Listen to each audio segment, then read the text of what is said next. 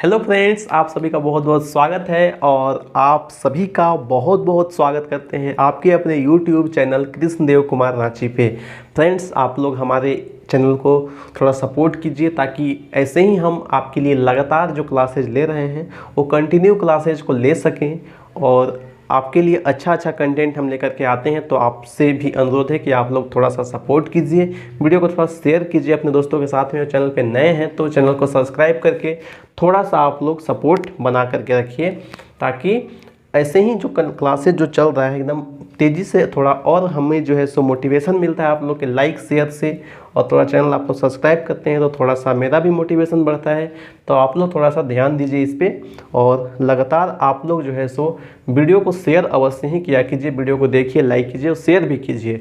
और आप लोग को कोई डाउट होता है तो डाउट के लिए हमने जो है सो जो नंबर आपको हम दिया है हमने उस पर आपको क्या करना है, उस पर आपको जो है अपना डाउट भी भेजते रहना है और होमवर्क भी देंगे आज के क्लास में हम आपको। तो आपको जो है होमवर्क को प्रॉपर अच्छे से करना है और जैसे ही आप लोग जो भी हम आपको वर्क देंगे वो करते चलिएगा तो आपको जो है देखिएगा ट्रायंगल जो है बहुत ही आपको आसान लगने लगेगा। देखिए टीटीएस में आपका जो क्लास चलता है, आपको बता दें आज है 19 तारीख 10वां महीना 2023 और नवरात्र का पावन जो है आपका अभी जो नवरात्र का जो पावन समय है वो चल रहा है अभी। और आप सभी जो है सो पढ़ाई को कंटिन्यू करते रहिएगा, अपना जो पढ़ाई है उसको डिस्टर्ब नहीं होने दीजिएगा, ठीक है। देखिए ट्रायंगल का ये पार्ट नंबर 2 है और लास्ट क्लास में हम लोगों ने देख लिया था कि जो त्रिभुज का जो प्रकार है भुजा के अकॉर्डिंग 3 तरह का होता था। एक था आपका समबाहु, दूसरा था समद्विबाहु और तीसरा था विषमबाहु। तो ये तीनों को अच्छे से हमने आपको करवा दिया था कि किसको समबाहु कहेंगे, किसको हम लोग समद्विबाहु कहेंगे, किसको हम लोग विषमबाहु कहेंगे। इसमें हम लोग समबाहु त्रिभुज के बारे में कुछ जानकारी लेने वाले हैं कि इसका परिमाप कैसे निकालते हैं, इसका एरिया क्या होता है, ये सभी चीज़ को जानेंगे। सबसे पहले हम लोग देखते हैं इसका जो साइड है तो 3 साइड है, तीनों साइड इसका बराबर होता है समबाहु में। हम आपको लास्ट क्लास में ये चीज़ बता चुके हैं कि तीनों साइड इसका क्या होता है, इक्वल होता है। तो इसका परिमाप हम लोग कैसे निकालेंगे, तो इसका परिमाप निकालने के लिए हम लोग क्या करते हैं, तीनों साइड को जोड़ देते हैं। तीनों साइड को जोड़ते हैं, ये ए है, ये ए है, ये भी ए है। तो हम लोग क्या करेंगे, ए प्लस ए तो क्या हो जाएगा 3a। तो 3a क्या होता है, यही होता है समबाहु त्रिभुज का परिमाप। इसका हम लोग क्षेत्रफल की बात करते हैं। क्षेत्रफल इसका क्या होता है, तो इसका जो क्षेत्रफल होता है ये होता है √3/4 इंटू होता है a²। तो ये डायरेक्ट आप लोग याद कर लीजिए, जो इसका क्षेत्रफल होता है वो होता है √3/4 a²। अब समबाहु त्रिभुज हम लोग पहले आपको बता चुके हैं प्रॉपर्टी कि त्रिभुज के तीनों कोनों का सम जो होता है वो कितना होता है, 180 डिग्री के बराबर होता है। समबाहु के केस में क्या होता है कि तीनों एंगल इक्वल होता है, मतलब बराबर होता है तीनों एंगल। तो यहाँ पे 180 को हम लोग क्या करेंगे, 3 भाग में जब बांटेंगे तो कितना आ जाएगा, 60 डिग्री आ जाएगा। यानी कि जो समबाहु त्रिभुज होगा इसका प्रत्येक कोण जो होगा वो कितने का होगा, 60 डिग्री का होगा। ये भी आप लोग याद कर लीजिए कि जो समबाहु त्रिभुज होता है इसका जो प्रत्येक एंगल होता है, इसका जो प्रत्येक कोण होता है वो कितना होता है, इसका जो प्रत्येक कोण होता है वो कितना होता है, तो इसका प्रत्येक जो कोण होगा वो होता है 60 डिग्री का होता है। कितना होता है, 60 डिग्री का होता है। तो ये भी आप लोग ध्यान में रखिएगा। अब देखिए इसको आप लोग अच्छे से नोट कीजिए, इसमें ज़्यादा हम डिटेल में जाएंगे नहीं क्योंकि इससे ज़्यादा आपको जानकारी लेना है नहीं। और जितना आपको काम है चैप्टर में जितना यूज होगा उतना ही आपको हम करवाएंगे। बाकी एक्स्ट्रा नॉलेज हमको यहाँ पे देने से कोई ज़्यादा मतलब प्रॉफिट नहीं होगा, क्योंकि आपको जो है थोड़ा सा लगेगा कि हाँ बहुत वास्ट है, ये हो रहा है। इसलिए देखिए थोड़ा थोड़ा ही पढ़िए, जो एग्ज़ाम के दृष्टिकोण से इम्पोर्टेंट है उसी को हम आपको पढ़वाएंगे। आप पहले ही आपको बता चुके हैं कि हम लोग एग्ज़ाम के दृष्टिकोण से पढ़ेंगे, स्मार्ट स्टडी हम लोग करने वाले हैं, ठीक है। तो इसको नोट कीजिए। इसके बाद हम लोग देखेंगे कि त्रिभुज के जो प्रकार होते हैं कोण के अकॉर्डिंग वो कितने होते हैं और कैसे कैसे उसको हम लोग डिवाइड करते हैं, इस चीज़ को हम लोग समझेंगे। इसको नोट कीजिए। अब आइए दोस्तों हम लोग समझते हैं त्रिभुज के प्रकार कोण के अनुसार से, ठीक है। इधर आप इन्हें देखिएगा, इधर आप लोग के लिए होमवर्क के लिए कुछ क्वेश्चन दिए हैं, लेकिन इसको आपको जो है बाद में इसको नोट करना है, वीडियो को बाद में इसको नोट कर लीजिएगा। ये होमवर्क का क्वेश्चन है, इसको समझिए। त्रिभुज के प्रकार कोण के अनुसार से न्यून कोण, सम कोण, अधिक कोण, तीन तरह का होता है। एक होता है न्यून कोण, दूसरा होता है सम कोण और तीसरा होता है अधिक कोण त्रिभुज। तो ये तीन आपका होता है। देखिए न्यून कोण में क्या होता है, न्यून कोण में होता है, इसमें हम आपको बिना, इसमें हम एक फिगर बनाते हैं उसके बाद ही आपको समझाते हैं अच्छे से। न्यून कोण में क्या होगा, इसमें जो है आपका जो है दो कोण, इसमें सारा कोण, इसमें जितने भी कोण बनेंगे वो सभी कोण 90 डिग्री से कम के होंगे। जैसे 70 डिग्री हो गया, ये आपका हो गया 30 डिग्री, ये आपका हो गया 80 डिग्री। तो इसमें जितने भी कोण बने हैं वो क्या है, जितने भी कोण बने हैं वो आपके 90 डिग्री से कम के ही कोण बनेंगे। 90 डिग्री से कम का कोण बनेगा तो ये आपका न्यून कोण कहलाएगा। सम कोण आप लोग पहचान लीजिएगा देख करके, क्योंकि समकोण में हमेशा एक एंगल 90 का होगा। एक एंगल जब 90 का होगा तो इसको हम लोग क्या नाम देंगे, इसको हम लोग नाम देंगे 90 का। इसमें फिक्स होता है, देखिए ये 90 का हो गया, ये 45 हो गया, ये आपका हो गया 45। तो यहाँ पे क्या है, फिक्स है समकोण त्रिभुज में कि एक एंगल 90 का, दूसरा दोनों जो बच गया दोनों वो 45 का। अधिक कोण में क्या होगा, अधिक कोण में आपका जो होता है वो जो बनता है, ये जो कोण बनता है वो कितने का बन जाता है, ये कोण आपका बन जाता है, मान लीजिए कि 90 डिग्री से बड़ा बनता है, 180 डिग्री से छोटा बनेगा हमेशा, क्योंकि तीनों कोण का सम होता है। जब अकेले 180 हो जाएगा तब तो बाकी फिर क्या होगा, इसीलिए एक ही मान लेते हैं 110 हो गया ये, और ये हो गया 30, और ये हो गया 40।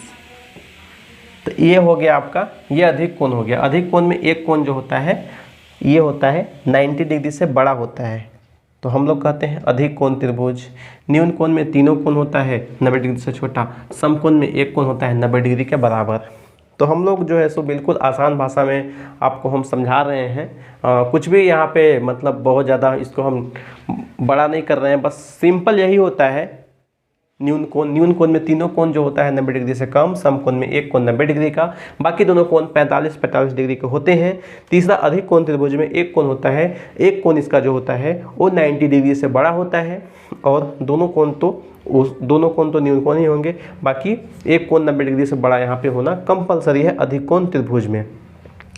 और ऐसे आपका जो है त्रिभुज के तीनों कोणों का मान हमेशा कितना होता है, त्रिभुज के तीनों कोणों का मान हमेशा 180 डिग्री के बराबर ही होता है, चाहे इस कंडीशन में, चाहे इस कंडीशन में, चाहे इस कंडीशन में। तीनों कंडीशन में त्रिभुज के तीनों कोणों का मान हमेशा होता है 180 डिग्री के बराबर। तो ये आपका हो गया त्रिभुज के प्रकार कोण के अनुसार से। इसके बाद में हम लोग छोटा चीज़ है, पूरक कोण क्या होता है, संपूरक कोण क्या होता है, इसको भी हम लोग समझने का प्रयास करते हैं। और इसको आप लोग नोट कीजिएगा, इसमें आपको बताना है कि त्रिभुज के प्रकार कौन से हैं, भुजा के अकॉर्डिंग हम इसको कैसा त्रिभुज कहेंगे, कोण के अकॉर्डिंग ये कैसा त्रिभुज है, ये सब आपको बताना है, ठीक है। तो इसको आप लोग अच्छे से नोट कर लीजिए, ये होमवर्क के क्वेश्चन है और आई होप आपसे सारे ये सब बन जाएंगे। अब चलिए हम लोग पूरक और संपूरक समझेंगे, उसके बाद हम क्लास को द एंड करेंगे आज के लिए, ठीक है। चलिए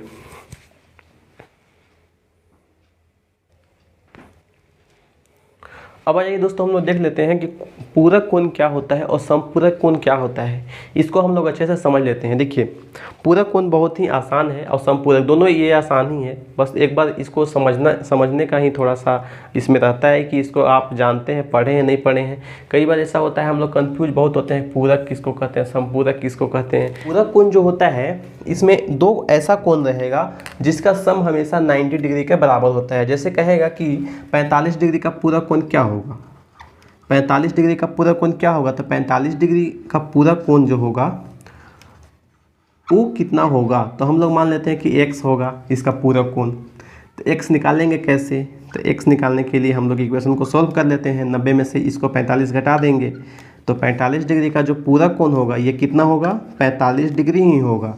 तो 45 का पूरक कितना होता है, 45 डिग्री का पूरक कोण 45 डिग्री होगा। इस तरह से 30 डिग्री का पूरक कोण कितना होगा, 30 डिग्री का पूरक कोण होता है कितना होता है, ये होता है 60 डिग्री। कैसे 60 डिग्री होता है, क्योंकि पूरक कोण जो होता है दोनों को पूरक तभी होगा जब दोनों पूरा देगा। क्या पूरा देगा, 90 डिग्री पूरा देगा। दोनों को जब सम करेंगे तो सम करने के बाद दोनों को जोड़ेंगे तो कितना पूरना चाहिए, 90 पूरना चाहिए। जब 90 पूर जाएगा तो उसी को तो हम लोग कहते हैं पूरक, ठीक है।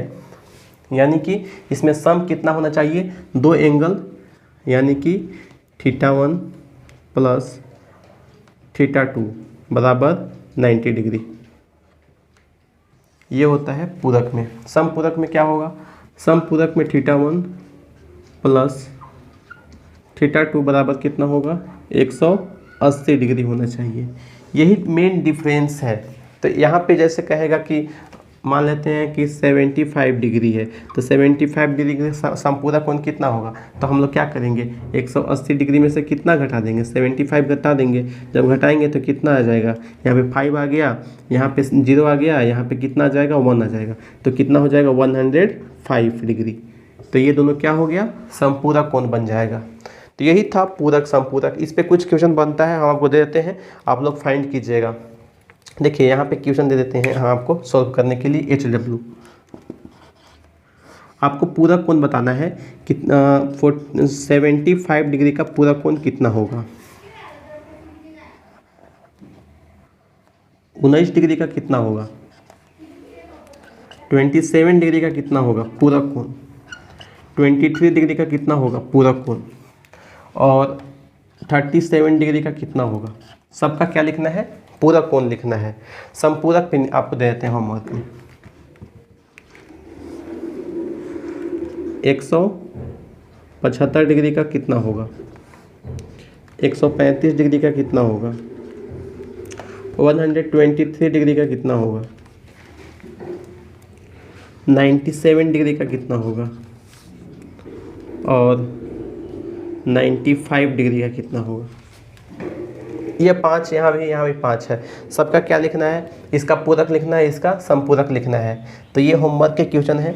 इसके बाद में और भी क्वेश्चन बनते हैं ये सारे पे। अभी तो हम लोग जो है सिर्फ थ्योरी पढ़ रहे हैं, अभी क्वेश्चन करना हम लोग स्टार्ट नहीं किए हैं। अभी हम लोग को 2 इम्पोर्टेंट चीज़ और पढ़ना है, जिसमें हम लोग समरूपता का नियम पढ़ेंगे, और उसके बाद हम लोग पढ़ेंगे कि सर्वांग समता का नियम, समरूपता, सर्वांग समता। ये 2 चीज़ जब पढ़ लेंगे, इसके बाद हम लोग 6.1 में एंट्री करेंगे, और बहुत आसानी से हम लोग 6.1 को भी निपटा लेंगे, और अच्छे से सारे चैप्टर्स करेंगे।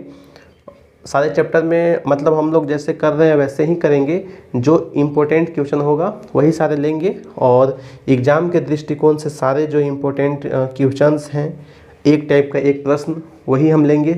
हर मतलब प्रत्येक क्वेश्चन को नहीं लेंगे, एक तरह का एक ही क्वेश्चन लेंगे, चाहे 6.1 का हो, 6.2 का हो, 6.3, 6.4, सारे चैप्टर का जो भी इम्पोर्टेंट निचोड़ होगा वो आपको हम देने वाले हैं।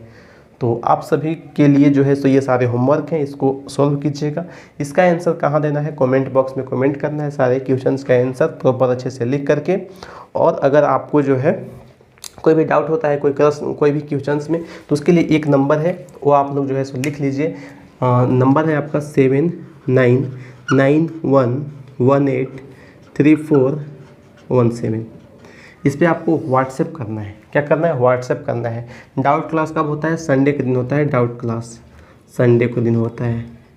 तो संडे को डाउट क्लास में हम क्या करेंगे, जितने भी जो भी क्वेश्चंस होंगे, जो भी आपके डाउट के होंगे वो सारे लेंगे, प्लस में प्रीवियस ईयर का ट्रायंगल का जो भी क्वेश्चन होगा वो सारे करवाएंगे हम, ठीक है। तो आपको प्रॉपर अच्छे से जो है सो सारे क्वेश्चंस को प्रॉपर भेजना है। जो भी डाउट होगा आप लोग प्रैक्टिस कीजिए ज़्यादा से ज़्यादा। बुक से भी कोई भी डाउट होगा, मैथ का कोई भी क्वेश्चन, कोई भी चैप्टर से आप लोग पूछ सकते हैं, वहाँ पे कोई लिमिटेशन नहीं है। लिमिटेशन बस इतना है कि मैथ का ही क्वेश्चन को सेंड करना है, अदर सब्जेक्ट का क्वेश्चन को नहीं भेजना है, ठीक है। तो आप सभी को ये वीडियो देखने के लिए बहुत बहुत धन्यवाद।